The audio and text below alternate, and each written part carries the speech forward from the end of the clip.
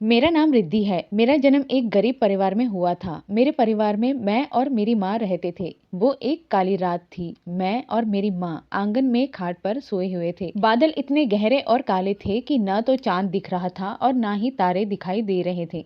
माहौल में एक अजीब सी घुटन थी। मैं खुद को तसल्ली देते हुए सोने की कोशिश कर रही थी। मेरी माँ विधवा थी और मैं उनकी इकलौती बेटी थी। ये घर मेरे पापा का था और हमारे लिए यही सबसे बड़ा सहारा था। हम दोनों कपड़े सिलकर अपना गुजारा करते थे और भगवान का शुक्रिया अदा करते थे। लेकिन मुझे नहीं पता था कि ये रात मेरे लिए इतनी खतरनाक होने वाली थी। दिवाली आने वाली थी, इसीलिए कई घरों से कपड़े सिलने के लिए आए थे। दिन भर सिलाई करने की वजह से मैं बहुत थक गई थी, इसीलिए मैं जैसे ही चारपाई पर सोई, ऐसे ही बिजली चली गई। घर में पहले ही चारों तरफ अंधेरा था और सारे दिन की थकावट के कारण मैं गहरी नींद में थी। अचानक मुझे लगा कि आंगन में किसी ने छलांग लगाई है। मुझे कदमों की आवाज सुनाई दी। डर के मारे मेरा दिल जोरों से धड़कने लगा। मैंने सोचा कि शायद ये मेरा वहम है, लेकिन नहीं, ये सच था। किसी के कदम मेरी खाट के पास आ रहे थे। मैं डर से कांपने लगी। तभी टॉर्च की रोशनी मेरे चेहरे पर पड़ी। दो लोग आपस में धीरे धीरे बात कर रहे थे। उन्होंने कहा कि बिजली चली गई है, जल्दी घर ढूंढो। अब मुझे यकीन हो गया था कि ये चोर है, पर हमारे घर में ऐसा कुछ नहीं था कि जिसे वो लोग चुरा सके। वो लोग चुपके से हमारे घर में घुस गए। ये देखकर मैं बहुत घबरा गई थी और घबराहट में मैं अपनी माँ को जगाने लगी थी। मेरी माँ डर के मारे कांप रही थी। उन्होंने तो रोना ही शुरू कर दिया था। फिर मैंने उन्हें शांत कराया। चोर कमरे से बाहर आ गए। उन्होंने टॉर्च की रोशनी हमारी तरफ की। हमें जागता देखकर एक चोर हमारी ओर तेजी से बढ़ने लगा। उसने पिस्तौल निकालकर हमें डराते हुए कहा कि घर में जो कुछ भी है जल्दी से निकाल के हमारे सामने रख दो। मेरी माँ हाथ जोड़कर कहने लगी कि हम बहुत गरीब लोग हैं, तुम्हें यहाँ कुछ भी नहीं मिलेगा। हम दूसरों के कपड़े सिलकर अपना गुजारा करते हैं। उनकी बात सुनकर एक चोर ने कहा कि चलो यहाँ से वापस चलते हैं, लेकिन जिस चोर के हाथ में पिस्तौल थी उसकी नजर मुझ पर थी। माँ फिर बोली कि बेटा, भगवान के नाम पर हमें छोड़ दो, यहाँ से तुम्हें कुछ भी नहीं मिलेगा। फिर वो लड़का जिसके हाथ में पिस्तौल थी, वो मेरी माँ के पास आया और बोला कि आज तक मैंने 40 घरों में चोरी की है, लेकिन कभी ऐसा नहीं हुआ कि मैं खाली हाथ लौटा हूँ। ये मेरे काम का उसूल नहीं है। उस चोर की नजरें मुझ पर टिक गई थीं और मेरा दिल डर से कांपने लगा। फिर वो मेरी खाट के पास आया और मैं डर के मारे थोड़ा पीछे खिसक गई। उसने पिस्तौल मेरे सिर के पास रख दी और मेरी माँ से कहा कि अगर सारे गहने और पैसे नहीं निकाले तो इस रात की कीमत तुम्हारी बेटी चुकाएगी। ये सुनकर मेरी माँ घबरा कर रोने लगी। मैंने महसूस किया कि जैसे मेरे सर पर आसमान गिर पड़ा हो। माँ उसके सामने हाथ जोड़कर गिड़गिड़ाने लगी कि नहीं बेटा, ऐसा मत करो। मेरी बेटी बहुत मासूम है, उसे कुछ मत करना। मैं तुम्हें पैसे दूंगी। माँ उठकर खड़ी हुई और ये सब देखकर वो आदमी शैतानी हंसी हंसने लगा और अपने साथी से बोला कि देखा, इस बूढ़ी औरत ने जरूर गहने और पैसे छिपाए हैं। ये गरीब लोग बाहर से गरीबी का दिखावा करते हैं, लेकिन अंदर बहुत कुछ छुपा हुआ होता है। उसने मेरी माँ को धक्का दिया और टॉर्च जलाकर कमरे की ओर बढ़ा। वो माँ से बोला कि जो कुछ भी है जल्दी बाहर निकालो। ये देखकर मुझे थोड़ा अजीब लगा कि हमारे पास पैसे या गहने कहाँ से आएंगे, लेकिन शायद माँ ने मेरे लिए कुछ पैसे छिपा कर रखे हों। कुछ देर बाद माँ कमरे से बाहर आई और वो आदमी भी पीछे पीछे उनके साथ बाहर आया। उस आदमी के हाथ में एक छोटी सी लोहे की पेटी थी। उसने हंसते हुए अपने साथी से कहा कि देखा, इस गरीब औरत ने कितनी दौलत छुपा कर रखी थी। मुझे ये पेटी कमरे के कोने में गड़ी हुई मिली थी। उस पेटी में कुछ कपड़े, छोटे गहने और 10, 50, 500 के नोटों के साथ करीब 40,000 रुपए थे। ये देखकर मेरी आंखों में आंसू आ गए। माँ ने ये पैसे मेरी शादी और दहेज के लिए बचाए थे।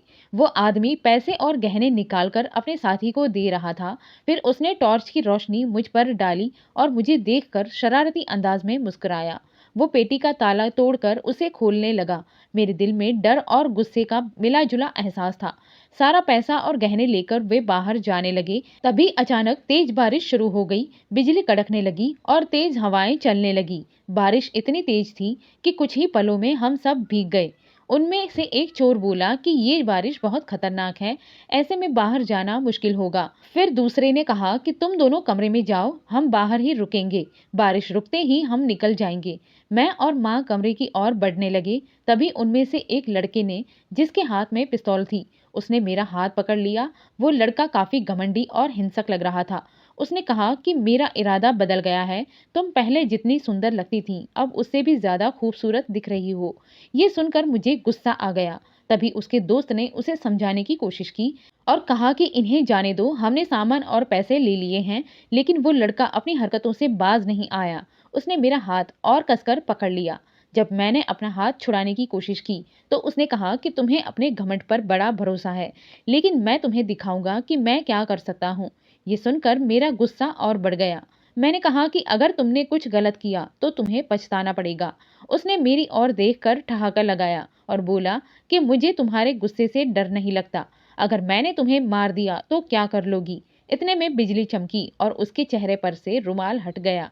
पहली बार मैंने उसका चेहरा देखा। उसकी आंखों में घमंड और निर्दयता थी। उसने मुझे जोर से धक्का दिया और अपने करीब खींचते हुए कहा कि अब देखो मैं तुम्हारे साथ क्या करता हूँ।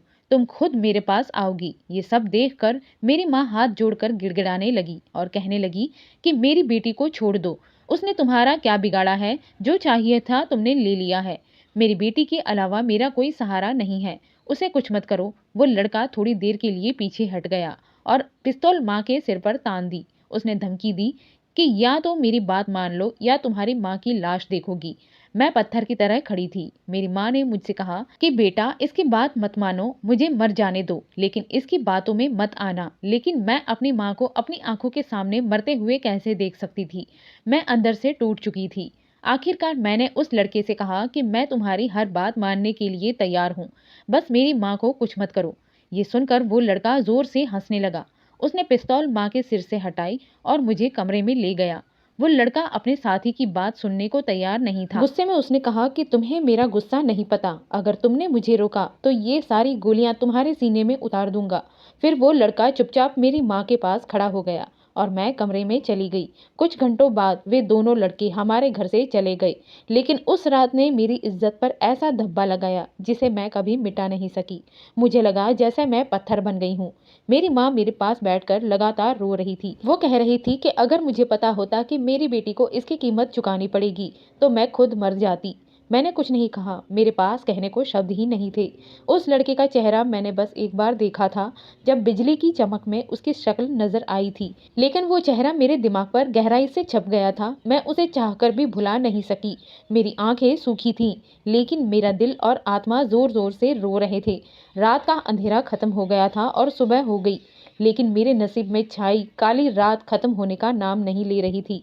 मेरी माँ पूरे दिन रोती रही। मैंने उसे समझाते हुए कहा कि माँ, खुद को संभालो, इसे एक बुरा सपना समझो और भूल जाओ। मैं भी अंदर से पूरी तरह से टूट चुकी थी, लेकिन अगर मैंने माँ को नहीं संभाला होता तो शायद वो खुद को नुकसान पहुंचा लेती। हमारा दर्द इतना बड़ा था कि कोई शब्द उसे बयां नहीं कर सकता था, लेकिन मेरी माँ के दर्द का कोई अंत नहीं था। उसने रोते हुए कहा कि रिद्धि, अब मुझे जीना नहीं है। फिर मैंने उसे समझाया कि ऐसा मत कहो माँ, अगर तुम्हें कुछ हो गया तो मैं किसके सहारे जीऊंगी? तुम्हारे बिना मेरा इस दुनिया में कोई नहीं है। अगर दुख का इलाज समय के पास होता है।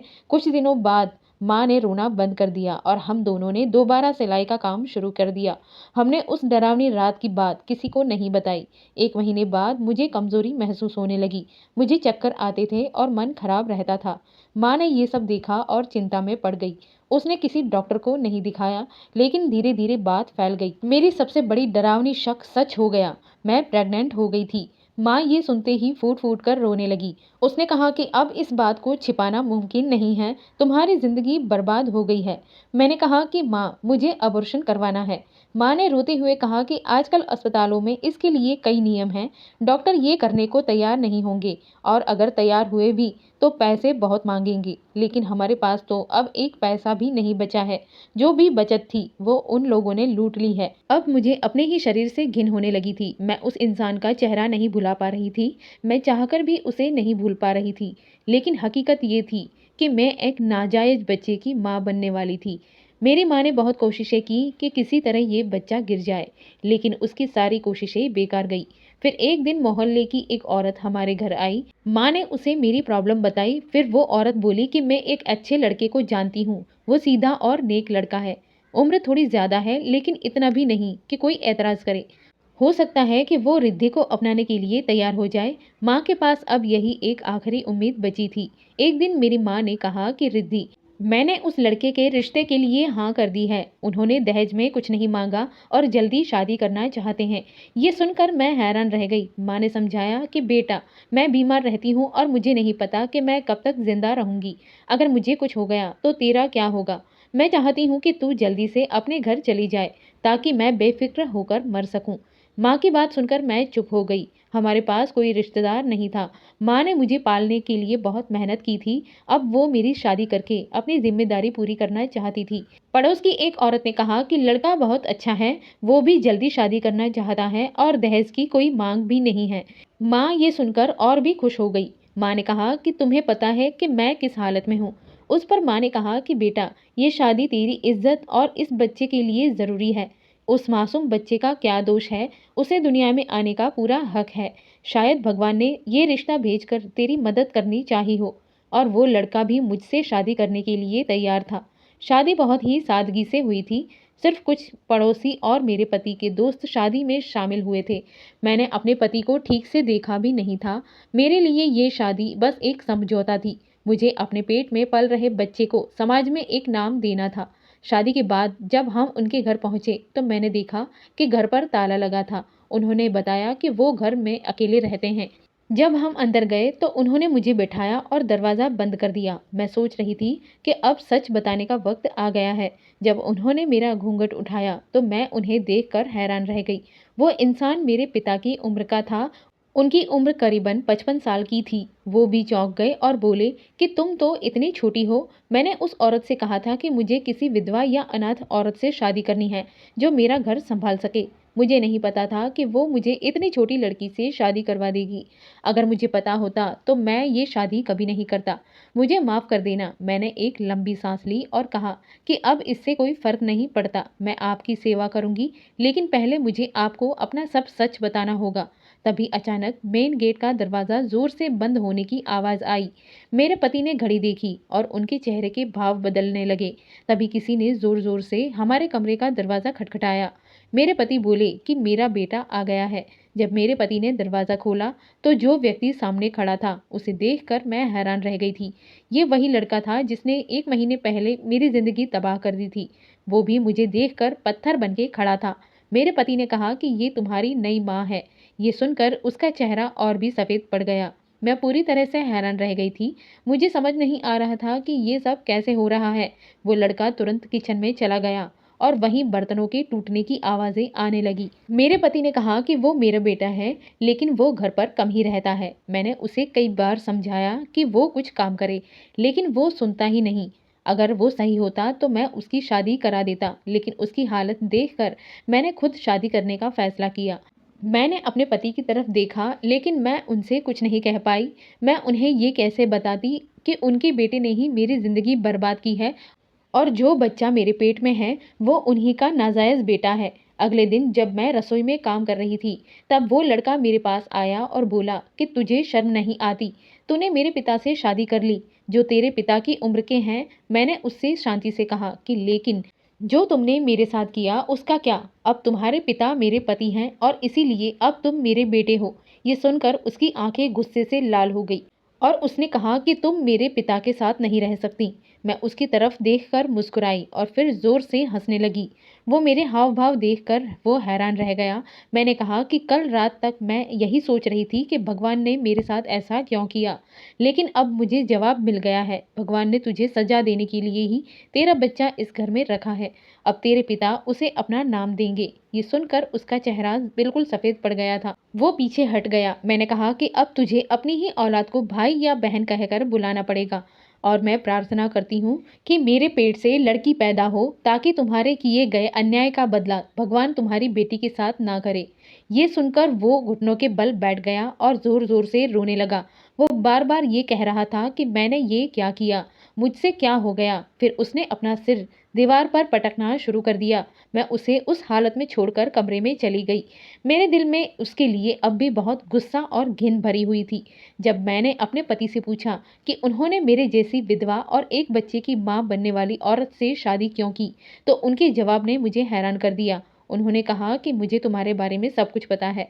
मुझे ये भी मालूम है कि तुम्हारे पेट में पल रहा बच्चा अवैध है, लेकिन मैंने तुमसे शादी इसीलिए की क्योंकि मैं तुम्हारे जीवन को एक नई दिशा देना चाहता था।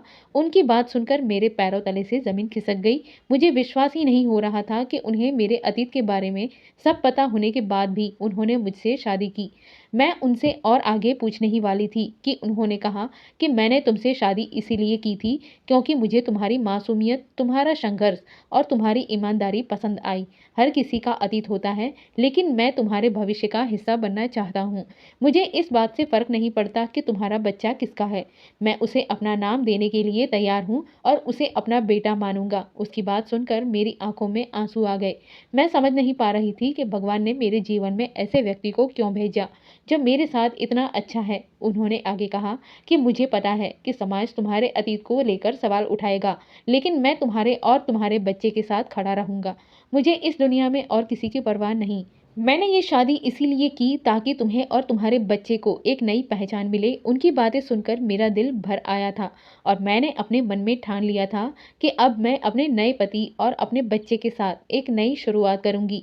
उनके साथ रहते हुए मुझे पहली बार ऐसा महसूस हुआ कि मैं फिर से जी सकती हूँ, अपने सपने देख सकती हूँ और अपने अतीत को भूलकर भविष्य की ओर देख सकती हूँ। उसने मुझे बताया कि मैं वही लड़का हूँ जो उस दिन तुम्हारे घर पर चोरी करने गया था। मेरे बेटे ने मुझे इस काम के लिए उकसाया था। इस दुनिया में मेरा कोई नहीं है और मैंने गलत रास्ता चुन लिया था। उस दिन मैंने पहली बार चोरी करने की कोशिश की थी। जब तुम पर अन्याय हुआ तो मैं इसे रोक नहीं सका। तुम्हारे साथ जो कुछ हुआ, मुझे उसका बहुत दुख है। उसकी बात सुनकर मैं हैरान रह गई। उसने आगे कहा कि मैंने तुमसे शादी इसीलिए की क्योंकि मैं अपने बेटे के कर्मों के प्रायश्चित करना चाहता था। तुम्हारे पेट में पल रहे बच्चे को मैं अपना नाम और पिता का प्यार दूंगा। मैं जानता हूँ कि उस रात जो हुआ उसमें मेरी भी गलती थी। अगर मैं अपने बेटे को चोरी करने से रोक पाता तो शायद तुम्हारा जीवन बर्बाद नहीं होता, लेकिन जो हो चुका है उसे बदला नहीं जा सकता।